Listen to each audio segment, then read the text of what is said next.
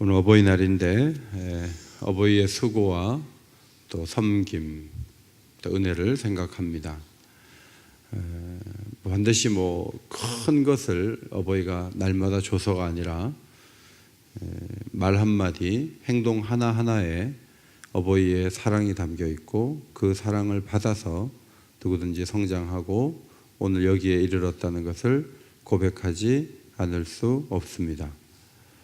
하나님께서도 우리에게 매일 그냥 엄청나게 뭔가를 줘서가 아니라 하나님의 그 사랑이 계절에 녹아 있고 공기에 스며들어 있고 우리의 지성과 우리의 성품에 하나님의 사랑이 다 녹아져 있죠. 특별히 십자가의 은혜와 사랑, 은총 이런 것들은 너무너무 귀한 것들이에요.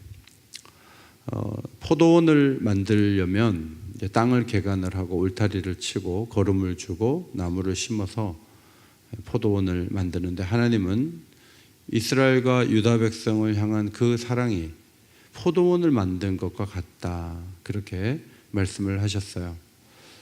포도원을 만들 때는 좋은 열매를 거두기 위해서 만들게 되는데 시간이 흘러서 포도 열매를 기다렸는데 들포도를 맺는 그런 나무들을 보면서 하나님은 울타리를 다 걷어내고 다 황폐하게 만들어야 되겠다, 담도 다 헐어버리고 내가 이 포도원을 괜히 만들었다, 이런 후회를 하시는 것처럼, 농부처럼 하나님은 이스라엘의 역사와 유다의 역사를 여기서 끝내야 되겠다, 그리고 이방 민족이 쳐들어와서 다 가져가게 만들어야 되겠다, 이제 그런 생각을 하게 되셨습니다. 그 이유는 이스라엘 백성들이 너무 하나님의 기대에 부응하지 못하기 때문에, 하나님의 마음에 맞게 행동하지 못하기 때문에 하나님 그렇게 하시겠다는 거죠. 7절에 정의를 바랐더니 포악이요 공의를 바라셨더니 부르짖음이로다. 히브리어로 보면 정의가 미시파트라는 단어거든요. 미시파트. 그런데 포악은 미스파예요. 발음이 비슷하잖아요. 그 다음에 공의는 치다카인데 부르짖음은 츠아카예요. 그러니까 하나님 바라는 것을 조금 이렇게 빼면 이 뜻이 이게 다 다르게 된 거예요. 자음을 하나씩 빼면, 우리가 님이라는 글자에 점 하나만 찍으면 뭐라고요? 남이 되죠. 마찬가지로 미시파트를 기대하시고 포도원을 세웠는데 미스파를 행하고, 그 다음에 치다카를 원했는데 츠아카가 들려왔다라고 하나님께서 말씀을 하셨어요. 그래서 하나님은 담을 헐고 울타리를 헐어서 포도원을 완전히 망가뜨리겠다, 이렇게 포도원을 만드신 분이 탄식하셨던 것이죠. 지지난 토요일에 서대문 형무소 역사관을 갔는데 일본이 한국을 지배하기 위해서 얼마나 많은 이들을 억압했는지 그걸 생생하게 볼 수 있는데, 한 방에 들어가니까 수형표, 들어가서 이제 얼굴 찍어놓고 수형표가 있더라고요. 이게 5,000장 정도 된대요, 남아있는 게.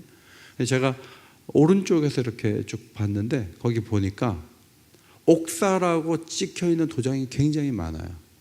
이게 너무 춥고 너무 고되고 너무 고문을 심하게 하고 너무 고통을 주면 사람이 그 못 먹은 상태에서 많이 죽어나가는 거죠.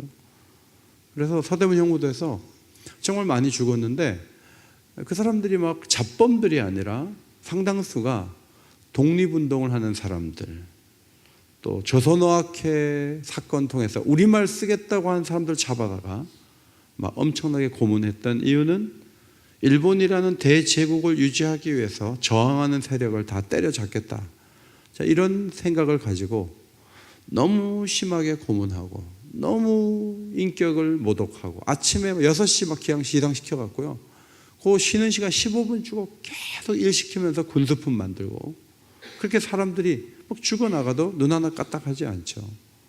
자, 그렇게 할 때 조선의 많은 사람들은 억압을 당하지만 하나님이 그 모습을 보고 일본이 커질수록 탄식하는 소리, 고통하는 소리가 점점 더 크게 들리니까 하나님이 가만두지 않죠. 원자폭탄 떨어뜨려가지고 이 나라를 망하게 하는 거죠. 자기네들도 남의 피눈물 냈기 때문에 너희들도 한번 당해봐라 하고 하나님이 일본을 심판하신 것을 우리가 보게 돼요. 오늘 이스라엘과 유다는 형제가 형제를 핍박하는 것이고 고관이 다른 연약한 백성들을 압박해서 피가 흐르고 부르짖음 소리가 들리는 기가 막힌 현상을 초래했다는 거예요. 그래서 하나님은 심판하시겠다. 포도원 울토리를 다 치워놓고 짐승들이 들어와서 그냥 다 망가뜨리도록 그렇게 하겠다라고 말씀하셨어요. 우리는 하나님의 기대에 부응하는 포도원입니까? 하나님이 기대하시는 좋은 열매를 맺고 있습니까? 아니면 앞부분에서 말씀한 것처럼 우리는 사치와 허영에 젖어서 연약한 사람들의 눈물을 보이면서 우리는 더 많은 것들을 누리려고 하는 사람들입니까? 내 뜻을 관철하기 위해서 사람들에게 자꾸 그늘지게 살게 만들지는 않습니까? 문제는 우리가 가정에서부터 잘해야 되겠다, 이제 그런 생각을 하게 돼요. 이제 아버지들은 보통 나는 최선을 다해서 집을 위해서 애썼다라고 얘기하지만 평가는 굉장히 냉엄하죠. 여보 나 어땠어? 애들 보고 아빠 어땠어? 솔직하게 말해라. 그러면 입에서 너무 평생을 직장 다니시면서 누리지도 못하시고 너무너무 아버지 수고하셨어요, 이렇게 아버지들이 얘기를 들으면 좋은데 뭐 얘기하라 그러면 보통 이제 솔직하게 말하면 그런 거예요. 너무 억압을 했다는 거예요. 너무 힘들게 했다는 거예요. 너무 아버지 마음대로 했다는 거예요. 그런 법이 어디 있냐는 거예요. 자, 이렇게 나오는 집이 상당할 수 있어요. 교회를 다녀도 그래요. 이게 어디에 책임이 있냐는 거예요. 직장에 들어간 젊은이들이요, 직장 사표 내고 나오는 많은 이유가요, 억압 때문이에요. 억압. 월급이 적은 건 견딜 수가 있겠는데 너무 억압한다. 못 견딜 정도로 억압한다. 그래서 좀 다니고 싶긴 한데 바로 그 위에 있는 사람, 그 위에 있는 사람이 너무 혹독하게 하는 거예요. 사표 내고 나가버려요. 그런데 그 억압하고 사표 내게 나가게 하는 그 사람이 교회를 다닌다는 거예요. 자, 이런 경우가 얼마든지 있을 수가 있잖아요. 하나님은 그렇게 하지 않기를 원하신다는 거죠. 하나님이 우리에게 복을 주신 이유는 공정하고 더 나은 모습으로 살면서 행복한 노래를 부르도록 하기 위해서 후대하셨지만 우리는 더 나은 모습으로 살지 못한 죄스러움이 있어요. 학교를 가도 억압이 있고요, 직장을 가도 억압이 있고 온통 억압천지예요. 선교사님한테도 제가 어제 한국에 오랜만에 오면 어때요? 그러면 점점 더 거리는 깨끗해지고 더 좋아지는 것 같은데 사람들은 점점 살기 힘든 사회가 된 것 같아요. 그렇게 얘기하죠. 뭐 돌이킬 수 없는 방향으로 한국 사회는 흐르는 것 같다고. 그런데 어제 옥인교회 왔더니 옥인교회 성도들이 말씀도 너무 잘 받고 더 전보다도 영적으로 성숙해 보인다고 무슨 일이 있었냐고 저한테 물어보더라고요. 그래서 그렇게 얘기해 줘서 고맙다 그랬어요. 지난 겨울 고등부 수련회 갔는데 그 선생님들이 그 애들을 위해서 직장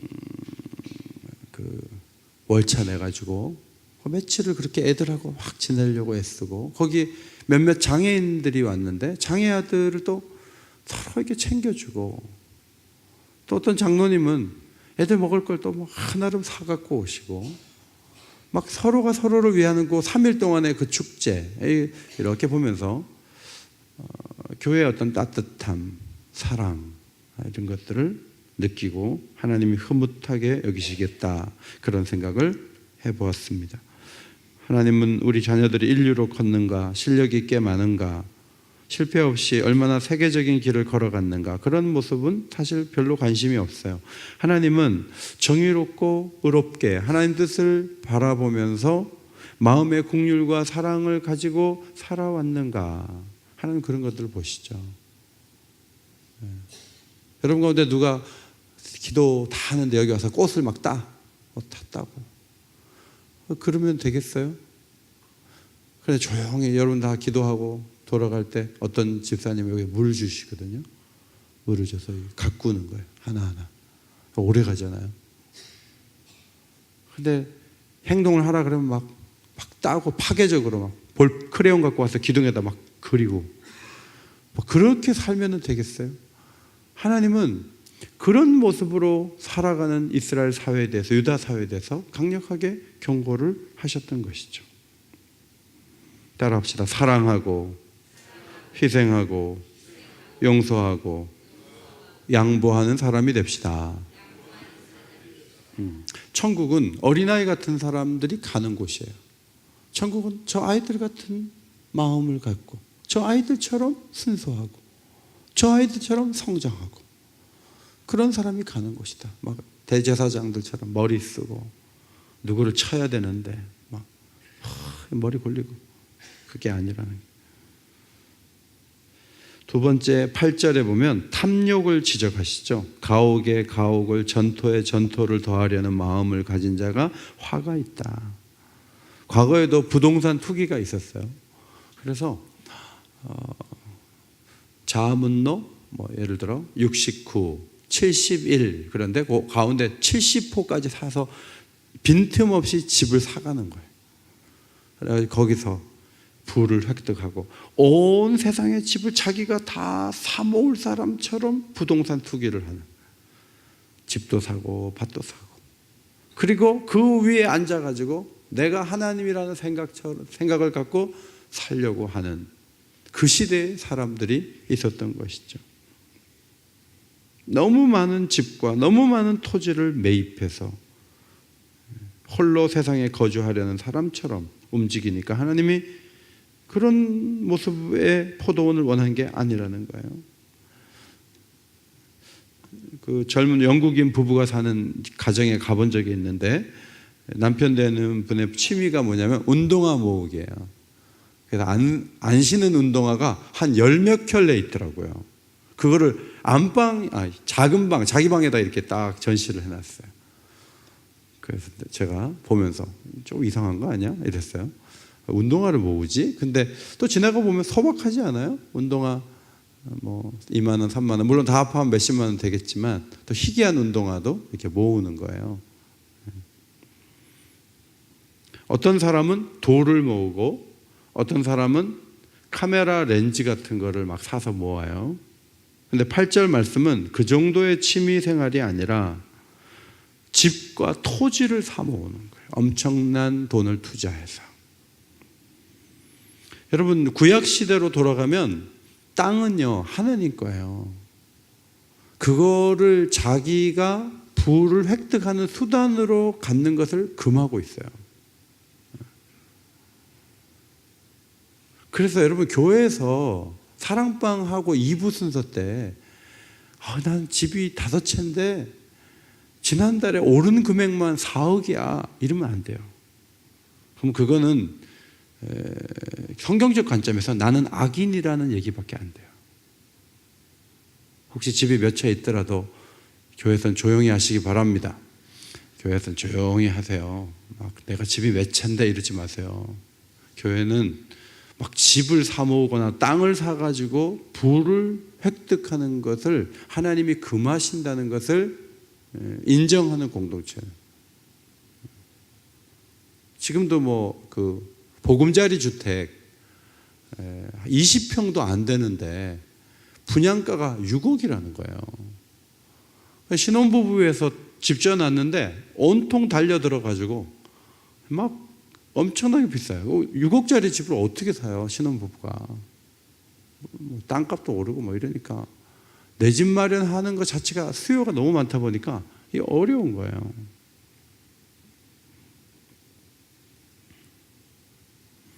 집과 땅을 투자의 수단으로 삼지 않도록 하나님은 그것을 원하시는 거죠.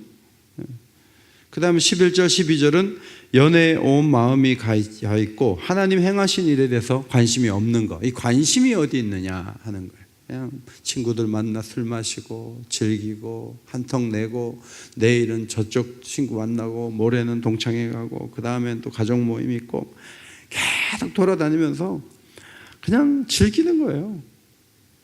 물론 성경이 식사하지 말라는 게 아니에요. 너무 그 비중이 높은 거예요. 경제적 수준이 올라가면요, 맨날 먹고 마시고 만나고 그거예요. 사람들한테 인정받고 맨날 수첩에 그냥 빼곡해. 큐티를 하려고 해도 아침부터 사람 만나러 돌아다니느라고 저녁까지 큐티할 새가 없어요. 물론 지금은 좀 바쁜 때예요. 지금은 부모님도 찾아가야 되고 묘지도 가봐야 되고 많이 움직이니까 지금은 이해돼요. 그러나 너무 1년 내내, 한 달 내내 너무너무 사람들 만나는 게 많아요. 그래서 성경 읽을 새가 없어요. 이거 좋은 거 아니에요. 하나님께 시간을 드릴 수 있을 정도의 건강과 에너지를 갖고 있는 게 중요해요. 저도 막 신방하고 뭐 그런 걸 앞세우다 보면 저녁 8시까지 큐티를 못하고 있어요. 그게 잘하는 게 아니에요. 좀 이른 시간에 하나님 말씀을 접하시기를 바랍니다. 하나님을 사랑하고 하나님 의지하고 하나님께 초점 맞추고 하나님께 주파수 맞춰야지, 하나님께 주파수 맞출 새가 없이 너무너무 바쁜 거예요. 막 지금 여러분 6시에 나가고 7시까지 뭐하고 7시 8시까지 뭐하고 막 11시 반에 집에 들어오고 새벽기도 와서 막 졸고 그러면 안 돼요. 하나님 뜻대로 사는데 관심을 갖고, 어제 신정호 선교사님이 하나님이 우리를 부르신 언약 안에서 부르신 목적, 하나님의 것이 되게 하려고, 하나님의 것이 돼줘야 하나님의 상속자로 사는 거예요. 내가 하나님의 것이 안 되고 하나님 거 내 거 이게 너무 구분이 많으면요, 그럼 상속자가 아니에요. 하나님의 것이 되어버려야 돼요. 그리고 제사장 나라가 되고 거룩한 백성이 되도록 하나님 우리를 불러내신 거죠. 거기에 마땅한 삶을 살아야 한다. 성경에 보면은 벨사살 임금이라고 있는데 귀족을 초대했는데 그 잔치에 몇 명이 왔냐면 1000명이 왔어요. 1000명. 그리고 술잔을 성전에서 가지고 온 그 뺏어온 걸 거기다가 술 받아 먹는 거예요. 막 금으로 된 거 거기다가 술 받아 먹고 건배하고. 근데 갑자기 손가락이 벽에 보여요. 그날 밤에 벨사살 임금이 죽었어요. 나발이라는 사람은 다윗의 보호를 받았는데 조금 뭐 좀 달라고 했더니 딱 거절하는데, 자기를 위해서는 막 엄청나게 큰 잔치를 베풀고 술 먹고 취해가지고 하나님의 열흘 뒤에 그 생명을 가져가셨어요. 전도서 10장 16절 말씀, 왕은 어리고 대신들은 아침부터 잔치하는 나라여 내게 화가 있도다. 너무 먹고 마시고 사람 만나고, 그건 좋은 모습이 아니에요. 하나님을 위해서, 하나님의 공동체를 위해서, 연약한 사람을 보살피기 위해서 우리의 에너지를 쓰고 그 일에 보람을 느끼고 사랑의 마음으로 움직이고. 이번에도 장례 때 몇몇 분들이 이렇게 오신 다음에 그런 얘기 하더라고요. 아유, 교인들이 이렇게 발인 예배, 하간 예배 가서 이렇게 고생하면서 위로하고 있는지 몰랐다고. 정말 귀하네요. 재직이 돼가지고요, 장례나도 관심이 없어요. 그런 데는 안 가. 슬픔은 뭐 나쁘다나? 그 어렵고 힘든 집에 한번 가줘야 되잖아요. 뭐 문자 하나 뜨면은 아유 내가 한번 가줘야지, 그런 마음 안 들어요? 그저 나를 위해서 시간 쓰느라고 너무 스케줄이 많아서 장례식 한번 못 가요. 꼭 친척 아니면 못 가고, 교인들 중에 여러분 몰라도요 한번 가서 위로해 줘야 되겠다 이 마음이 살아 있어야 돼요. 근데 문제 너무 바빠. 그건 하나님이 원하시는 모습이 아니에요. 필립 얀시를 아시죠? 필립 얀시에게 고통에 대한 문제에 눈을 뜨게 해준 폴 브랜드라는 박사가 있어요. 폴 브랜드 박사를 비롯한 13명의 필립 얀식에게 영향을 준 위대한 인물들, 그분들의 행적에 대해서 이렇게 쓴 책이 있는데 그 책이 그들이 나를 살렸네라는 책이거든요. 거기에 폴 브랜드 박사와의 만남을 이렇게 길게 소개를 했습니다. 이분은 굉장히 유명한 분이에요. 영국에서 태어나서 인도에서 사역을 하고 인생의 마무리를 미국 가서 했어요. 근데 인도에서 주로 한센병, 문둥병, 나환자들을 위한 연구, 그들을 위한 수술, 이런 것들을 굉장히 열심히 했던 의사였어요. 근데 이분이 유명해져 가지고 대통령도 많이 알고요, 국왕도 많이 알고, 높은 수준의 사람들이 굉장히 많이 아는 거예요. 그래서 만났는데 이 폴 브랜드 박사가 그 대통령이나 국왕 만난 얘기를 안 하고 자기가 돌보는 한센병 환자들, 나환자들, 어떤 사람이 있었는데 어떻게 웃고 어떻게 하고 뭐 그런 사람들 얘기를 이렇게 나오는. 그 다음에 자기의 실패담, 내가 그때 잘못해갖고 이런 어려움이 왔었다고. 그리고 어떤 공로가 있으면 그건 다 동료들이 잘해가지고 그랬다고, 내가 잘한 게 아니라고. 이제 그렇게 얘기를 하는 거 보고 필립 얀시가 참 감동을 받았던 거죠. 이분은 특징이 뭐냐면 일찍 일어나서 성경을 연구하고 하나님께 기도하는 시간을 날마다 확보했다는 거예요. 필립 얀시는 겉으로 드러난 피조물의 결점에만 초점을 맞추면서 하나님이 어떻게 그럴 수가 있냐고 이제 그런 질문을 했어요. 선하신 하나님이 어떻게 결점투성이인 세계가 존재하도록 허락하셨는가? 이제 그런 관점에서 이제 대화를 하기를 원했어요. 그때 폴 브랜드 박사는 그런 얘기를 했어요. 질병 문제만 하더라도 박테리아가 24,000종이 있대요. 그런데 우리에게 고통을 주는 박테리아는 수백 종이래요. 대부분의 박테리아는 우리에게 굉장히 유익을 주고 식물이 자라도록 하고 동물이 소화되도록 하는데 굉장히 큰 영향을 미치고, 변형된 박테리아만 이 고통을 주는 존재인데 사실은 더 많은 좋은 박테리아가 있다. 이제 그런 얘기를 하면서 하나님이 이 세상을 그렇게 불이하게 안 좋게 만든 게 아니다, 이렇게 답을 하는 거죠. 이 아이들에게 동맥관이라고 있는데 이 관이 몸 안에서 심장을 거치지 않고 손과 발로 다 전달이 될 수 있게 하는 관이 있대요. 근데 엄마가 애를 이렇게 딱 낳을 때요, 이 관이 갑자기 수축이 되면서 다른 세포에 싹 흡수가 되고 모든 피가 폐를 통해서 가도록 막이 갑자기 쫙 작동을 하면서 폐를 중심으로 가도록 우리 몸이 막 움직인다는 거예요. 그런 막 설명을 하면서 하나님이 안 계시다면 어떻게 그런 일이 있을 수가 있냐고 하면서 하나님이 계시다는 얘기를 굉장히 설명을 잘하는 거죠. 그러면서 항상 이 모든 모습에 대해서 하나님께 감사하는 태도와 경외하는 태도를 놓치면 안 된다, 이제 그런 얘기를 설득력 있게 의사가 하는 거예요. 폴 브랜드 아버지가 10살 때 병으로 돌아가셨는데, 병으로 가시기 한 주 전에 아들에게 먼저 편지를 보냈는데 그게 유서처럼 남아있는데 그 내용이 뭐냐면, 자연계를 자세히 살피고 기억하고 비교하여 하나님께 감사하고 찬양하는 사람이 되라. 이게 아버지의 유언이었어요. 그는 이 문둥병, 한센병을 연구하면서 뭐 따갑다는 걸 느끼지 못하고 발이 불편한 걸 못 느껴가지고 손발이 다 망가지거든요. 그러니까 고통이 이렇게 느껴지는 것 자체가 하나님의 축복이라는 거예요. 마찬가지로 우리에게 오는 수많은 고통이 있는데 이 고통들이 우리가 하나님 앞에 회복으로 나가는 단계라는 것을 얘기하면서 인간에게 고통은 얼마나 필요하고 귀한 것인가. 제가 폴 브랜드 박사에 대해서 여러분에게 설명한 이유 중에 하나는 이분이 현대사회 한복판에서 조화로운 삶을 살아가는 모범을 보였다는 거예요. 자, 한편으로는 인도에서 인도인들이 받는, 인도 의사가 받는 월급을 나도 똑같이 받겠다, 뭐 이런 식으로 나오는 거죠.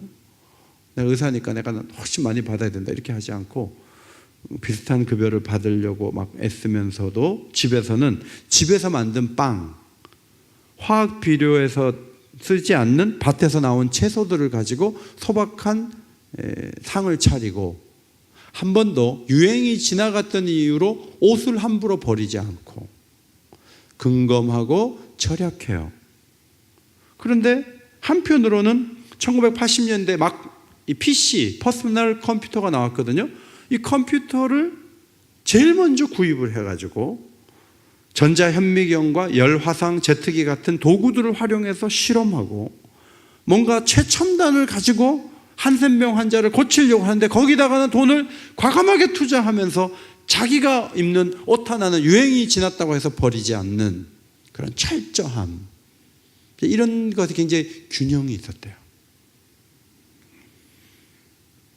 그는 한센병 환자들에게 회복을 시켜주기 위해서 손과 눈 수술, 얼굴 근육 수술 이런 걸 막 하면서 구걸을 하면서 살 게 아니라 인도에서도 생업에 종사하며 살 수 있다. 이제 병을 고친 사람들은 밖에 나가서 비장애인들하고 같이 살아갈 수 있다. 이렇게 길을 열어주면서 우리는 질병이 아니라 사람을 치료합니다.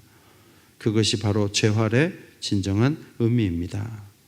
자, 이런 얘기를 굉장히 상당한 기간 동안 만난 것 같아요. 만나서 대화하고. 얀 씨가 뭘 느꼈냐면 이런 걸 느꼈어요. 나는 인류가 당면한 문제를 갖고 늘 고민해왔지만 폴 브랜드 박사처럼 한 사람 한 사람을 사랑하는 건 너무 내가 약했다. 사랑은요, 막 인류를 여러분 제일 한심한 게 한국교회라는 큰 그것을 막 고민하면서 자기는 아무것도 안 하는 거예요. 그게 제일 한심한 거예요, 사실은. 우리가 정말 이 5월 달에 할 수 있는 게 뭐냐면 아내를 기쁘게 해줄 수 있고요. 애들을 격려할 수 있어요.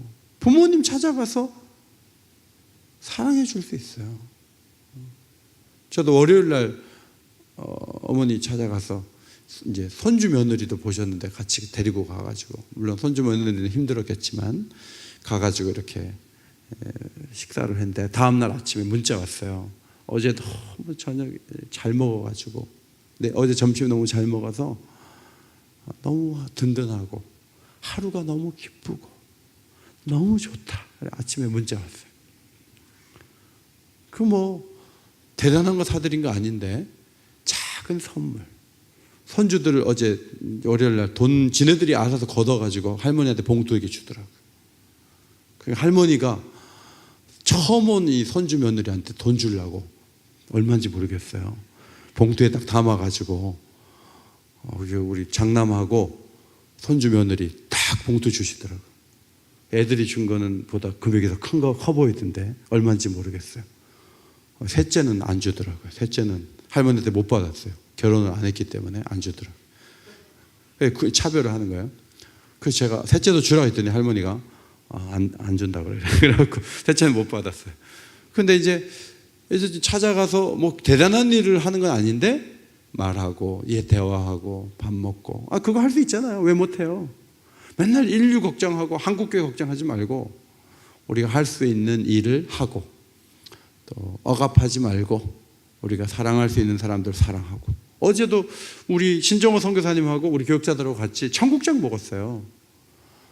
너무 행복해요. 청국장 서로 먹는데 그 향기에 다 매혹돼가지고 태국에서 오셔가지고 청국장 향기에 행복해 하는 거예요.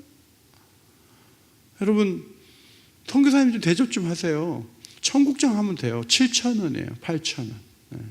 우리 여기 오신 분들 한 번씩 청국장도 사주고. 왜 못해요? 할 수 있는 대로 하고.